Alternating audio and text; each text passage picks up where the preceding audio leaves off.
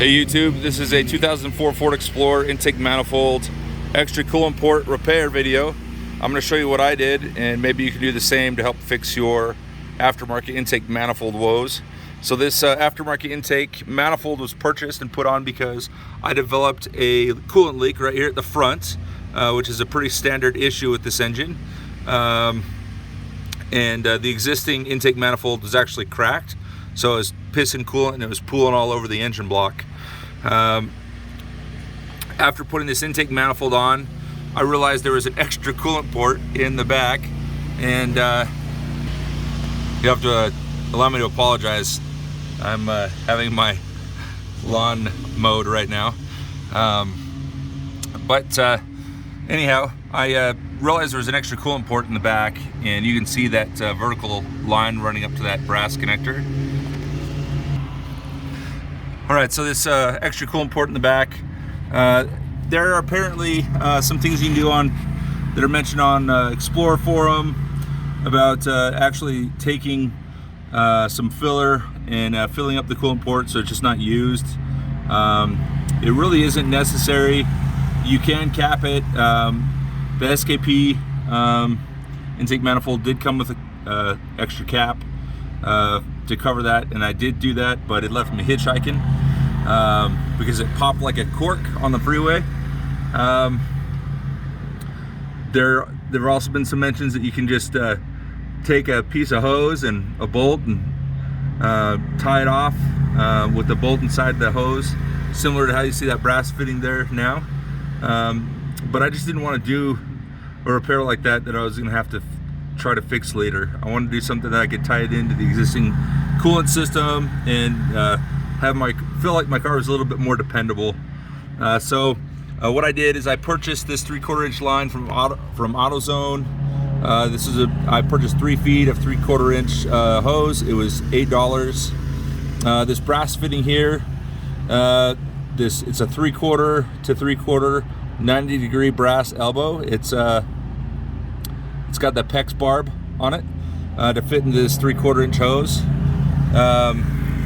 This runs down and meets up to a 5/8 inch line, and that's because the existing coolant line here is a 5/8 inch coolant line. So this is the OEM hose here, this is another OEM hose here, and then this piece here is a 5/8 inch times 3 Y. This is actually a Chrysler part made by Dorman that I picked up at AutoZone.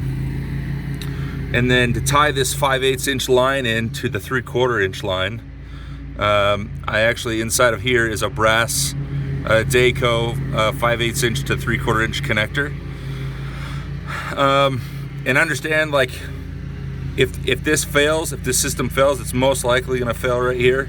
But I'm okay with that, and I've been running it for a couple days now, and it's been great. My wife drove from our house in Davis County, Utah, down to Salt Lake City and all over the place yesterday, and had no problems, and that's kind of what I was going for. So you'll see this line, this extra line comes in and it ties in here where this existing line was at, but actually right here was a heater core restrictor, which takes this 5/8 inch coolant injection to the heater core, down to the heater core valve, and that heater core restrictor reduces it to a 1/4 inch. That part is $14. I was only able to find it at Advanced Auto Parts. And here's that part, the part number. Now what I did is I took this existing coolant line here, and I took a pair of PVC pipe cutters, and you can kind of, let me see if I can get a clear picture of that, but I cut this existing line between this elbow and this elbow here. It's the straightest portion of that line that would fit, that I could see that would fit that restrictor. And all you really need to do is have enough distance between that lower elbow and the flush edge of that restrictor to actually put the restrictor end inside of that tube and clamp it. You don't want that elbow to be, underneath the clamp. You want have some nice a flat edge, as you can see here with this one, up against the edge of that restrictor.